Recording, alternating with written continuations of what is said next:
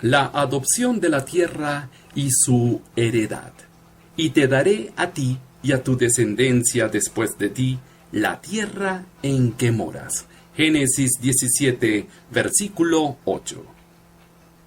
En 1918, la Perla del Caribe, nombre atribuido a la isla de Margarita en el Caribe venezolano, contará entre sus pescadores de lágrimas marinas con la figura alta y desgarbada de un hombre de facciones rubias, el cual extrae las perlas con la finalidad de guardarlas, cuales piedras preciosas, a la corona de la reina. Se llamaba Nicolás Ferdinandov, Nikolai Alexievich, y había nacido en Moscú en 1886, hijo de una distinguida familia rusa, quien hizo una especial amistad con el hijo de León Tolstoy, el conde Iliavovich Tolstoy. Pintor, diseñador, relojero, amante de la música, promotor cultural y políglota. Una especie de factotum exótico, quien se enamoró del mar venezolano y que se establece constituyendo una familia. Venía de Estados Unidos con la idea de llevar a cabo una exposición de arte itinerante por el mar.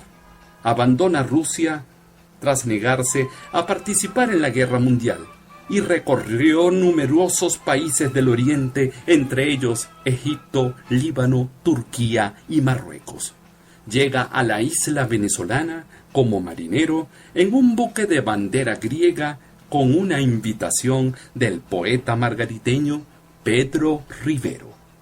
El artista ruso adoptará la tierra venezolana y se establece en Caracas, donde participa en el medio intelectual y artístico de la Venezuela que luchaba por sus ideales de expresión en medio de una oscura dictadura como la de Juan Vicente Gómez. Allí se casa con Soledad González, su modelo, y conoce a Armando Reverón, el más grande de los artistas plásticos que ha parido esta tierra hasta el sol de hoy. Este dúo de artistas se traslada a Macuto y comienzan a compartir la experiencia pictográfica del mar. La acuarela de Ferdinandov es extasiada por el paisaje submarino y el azul, lo que le lleva al proyecto de construir un submarino. En la película Reverón del año 2010, del cineasta venezolano nacido en Margarita, Diego Rísquez, de marcada característica onírica, nos encontramos con una escena que refleja el amor de Ferdinandov hacia lo que es la tradición de los íconos como ventana a la espiritualidad en el pueblo ortodoxo, y regala uno de San Nicolás, patrono de los marineros, al famoso pintor venezolano en su retiro del Castillete, cercano a la zona de las 15 letras en Macuto. Lamentablemente, la dictadura apunta esta vez hacia el artista ruso, quien se ve obligado a abandonar Venezuela tras las pretensiones amorosas de los Gómez hacia su esposa Solita. La familia abandona Venezuela y se establece en la vecina Curazao, donde falleció víctima de la tuberculosis en 1925. Quedaría sin realizarse los proyectos de la exposición itinerante en el mar y de aquel submarino. Con esta bella experiencia de un hombre de las artes que recordaba y cantaba la música popular rusa en los círculos de artistas de Caracas y de una situación política que marcó una época, he querido iniciar este capítulo dedicado a todos aquellos que dejaron sus raíces, familia y cultura para probar destino en las lejanas tierras de Latinoamérica y concretamente Venezuela, siguiendo la visión de Pablo de ser ciudadanos del mundo y de itinerancia en él. Nos encontramos con la adopción de una tierra y su correspondiente heredad. La historia venezolana se vio marcada por continuas guerras, primero de independencia y luego de reivindicaciones sociales. Tras la eliminación de la esclavitud en 1854 y lo diezmado de la población nacional, La política de los gobiernos se abre hacia las diversas migraciones de extranjeros, primero con canarios y alemanes y posteriormente con chinos y turcos. Con el gobierno de Guzmán Blanco se incentivan las misiones procedentes de Asia. El siglo XX inicia con numerosas convulsiones políticas, lo que frenó el desarrollo de las migraciones extranjeras.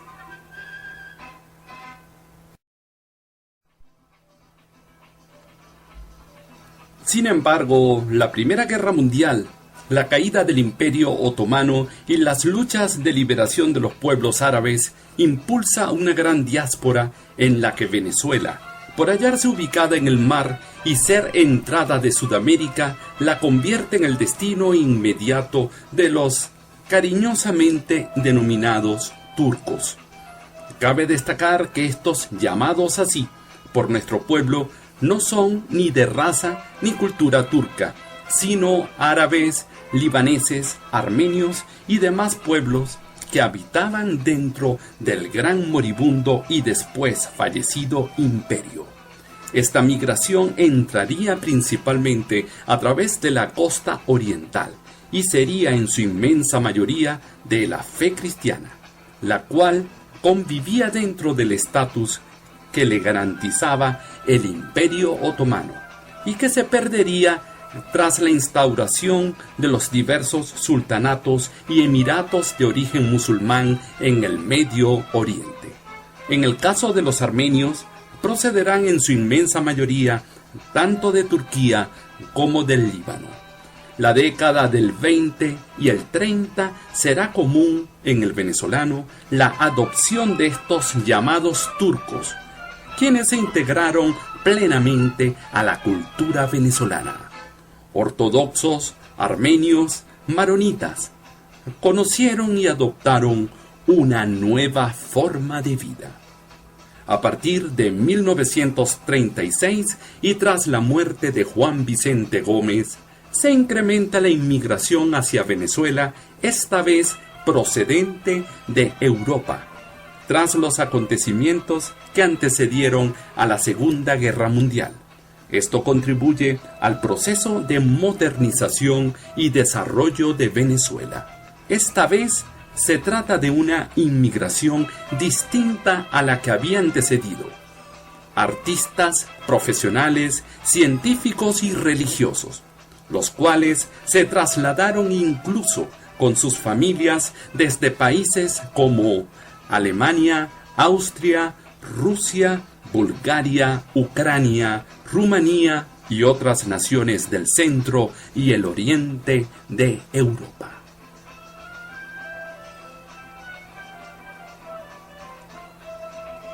Cristianos ortodoxos y judíos vendrían de estos países huyendo de dos comunes enemigos, el nazismo y el comunismo.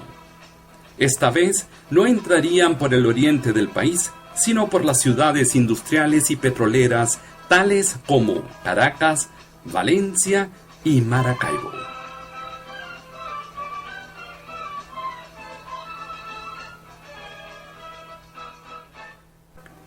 El elemento familiar contribuye inmensamente en la consolidación del carácter religioso dentro de las nuevas comunidades, las cuales se establecen por lo general en urbanizaciones y barrios residenciales, como en los casos de San Bernardino para la comunidad judía y Altavista para la cristiana ortodoxa, principalmente de origen ruso.